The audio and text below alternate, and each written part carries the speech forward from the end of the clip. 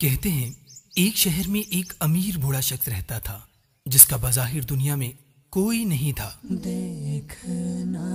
لوگوں کے غلط رویے اور گھر میں اکیلا رہنے کی وجہ سے وہ غصیلا، چڑچڑا اور بد اخلاق ہو گیا تھا۔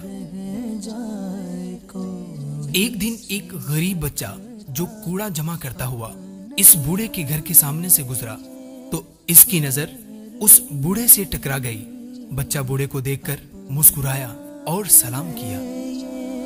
بوڑھا شخص جس کی طرف شاید چند سالوں سے کسی نے مسکرا کر نہیں دیکھا تھا بہت حیران ہوا اور خوش بھی۔ آج بچے کی مسکراہٹ کا قطرہ بوڑھے کے بنجر دل کو زرخیز کر گیا تھا۔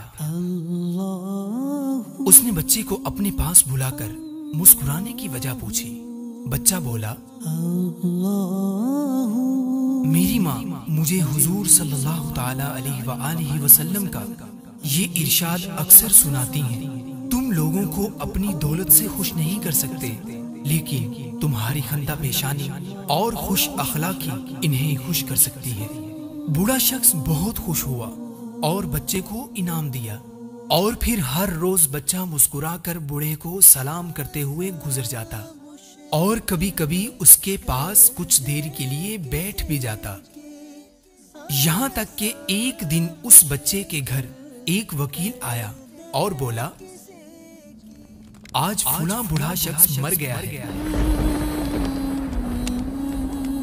اور اس نے اپنی جائیداد اس بچے کے نام کر دی ہے اور اپنی وصیت میں لکھ گیا کہ اس کی قیمت چند مسکراہٹوں کے ذریعے ایڈوانس ادا ہو چکی ہے۔